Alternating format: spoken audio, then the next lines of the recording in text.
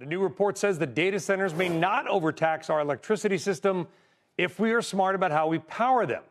Part of that has to do with what the Rocky Mountain Institute is calling, quote, power couples. Talk about this and why you care was one of the co-authors of that report, Rocky Mountain Institute's Uday Varadarajan. Uday, thanks for coming on. It's a busy market day. I'm going to keep this very short. But if things are getting hit because there's a fear about power use, what have you and your colleagues found about how we're going to manage all this power use? Well, I think the key is that we can start to use the existing grid better. Ironically, we have a lot of existing assets in the grid, a lot of gas generators, peakers that aren't used very much of the time. And those are perfect spots to build a fair bit of additional generating capacity, sites and data centers, and do that particularly with clean energy that you can actually buy and get installed in the next year or two, and manage to do that at a price that's still consistent with the average industrial commercial cost of electricity of around 10 cents a kilowatt hour across the country.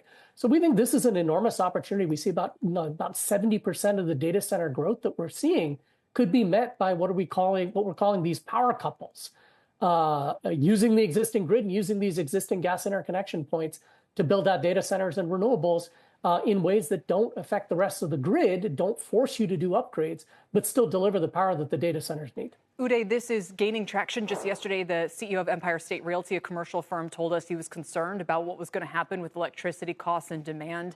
There's more reports of people kind of being upset by their energy bills and seeing here in New Jersey, ours are going to rise in the summer, for instance. So this pressure is only mounting.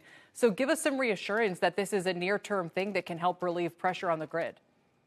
Yeah, I mean, I think the thing that makes this so compelling is that this clean energy can be paid for by the data center providers, and what they're exporting to the grid is largely very cheap excess clean energy that they don't need to use, which ultimately can help drive down both the emissions on the grid as well as the cost to the rest of the customers on the grid. You don't need to build a whole lot of new infrastructure that other customers will have to pay for with this approach, which is, I think, one of the reasons that people have been afraid of the data centers before. If you had to build a whole lot of new wires and a whole lot of new generation, well, everybody would have to pay for that.